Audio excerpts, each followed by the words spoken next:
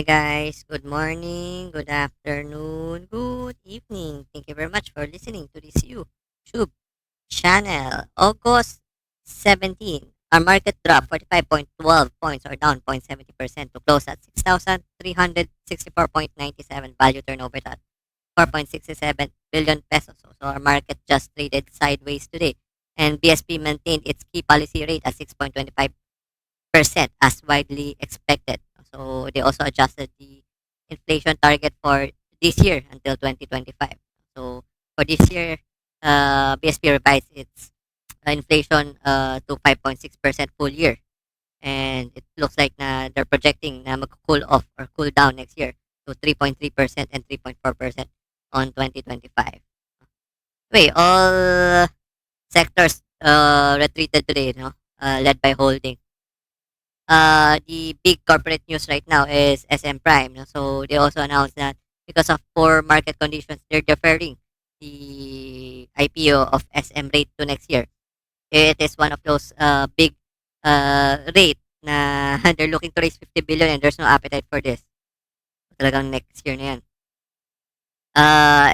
Manny Villar, by the way, is in talks with AC and MPI for his planned acquisition of the Cavite leg of the LRT Cavite extension. Recently, they also purchased the toll road business ng Ayala, no, sa Muntinlupa.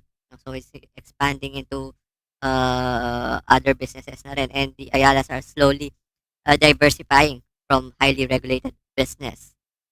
Semirara, by the way, is planning to plans to on more coal exploration as they expect the supply on Semirara Island to cool down, or at least it will just last until 2027. So kailangan nila maghanap ng other alternatives. ICTSI has resumed its Mindanao, Hong Kong, Taiwan service as they strengthen regional trade connectivity and support the growing Mindanao economy.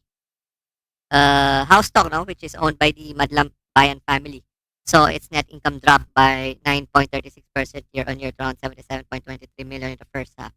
This is due to an increase in its expense. MWC, Manila Water, by the way, continues to raise its effort to cut greenhouse gas emission with the acquisition of additional units of electric vehicles. The DMPR, they also mentioned in a disclosure today na they are projected to achieve 95% occupancy by the end of this year as they receive the rental deposit for around 15,100 square meters of new office space amounting to around 55.26 million. So remember why it dropped to the current market prices is because market is afraid na without Pogo, hindi na mabubuhay si DDMPR. CPG managed to increase its net income by 20% year on year to around 656 million the first half. This is mainly due to high margin projects and improved operating efficiency.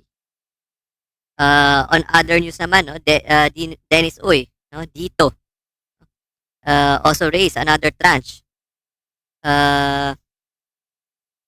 So after selling shares at 1 peso, nag-additional round na naman siya.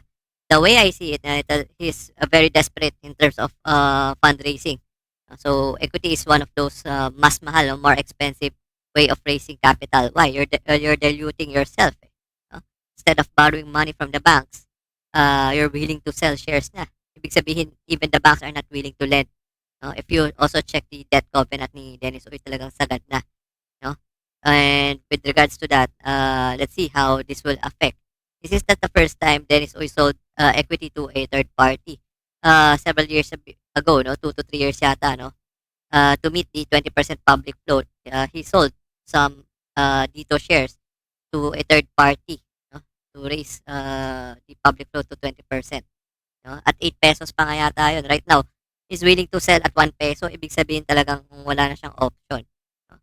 And by the way, no, PHR is also looking to raise money through an equity share sale.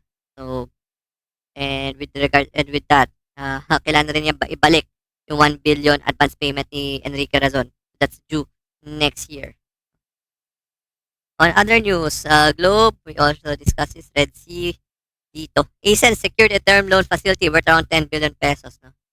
So, anyway, our passcode for today is SM rate. No? Again, thank you very much for listening. Stay safe. Bye.